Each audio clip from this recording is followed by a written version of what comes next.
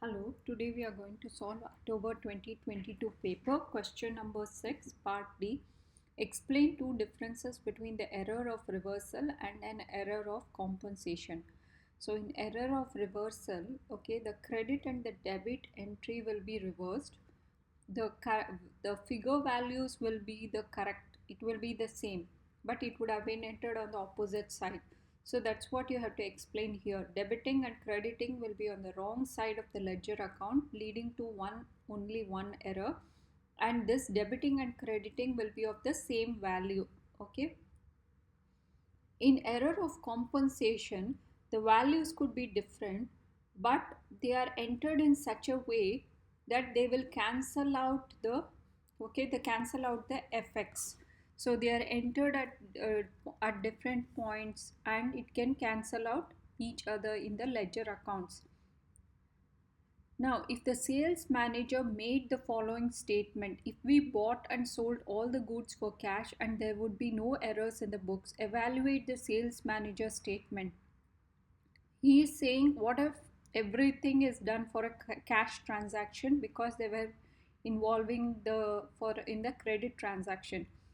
So which means that there will be less double entry errors, because I don't have to enter everything is in the cash. Okay, so less errors will happen, and there would be no trade receivables or trade payables ledger accounts to be prepared. So there could be less chance of errors when the making entries, so, and it would get diminished, it would get reduced. There would be less entries and therefore potentially less errors. But however, errors will also happen because there could be entry errors. Okay, original figure entry itself could be wrong, or your calculations could go wrong as in mathematical errors. And also when you are collecting the cash, there could be a possibility of theft. So, and arithmetical calculation with regard to cash transactions might happen.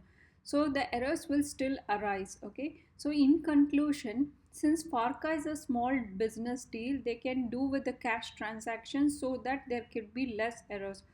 However, if the company becomes big, they have to involve themselves in maintaining the books and accounts, because it will help them to refer back information regarding the trade payables and receivables and other types of account.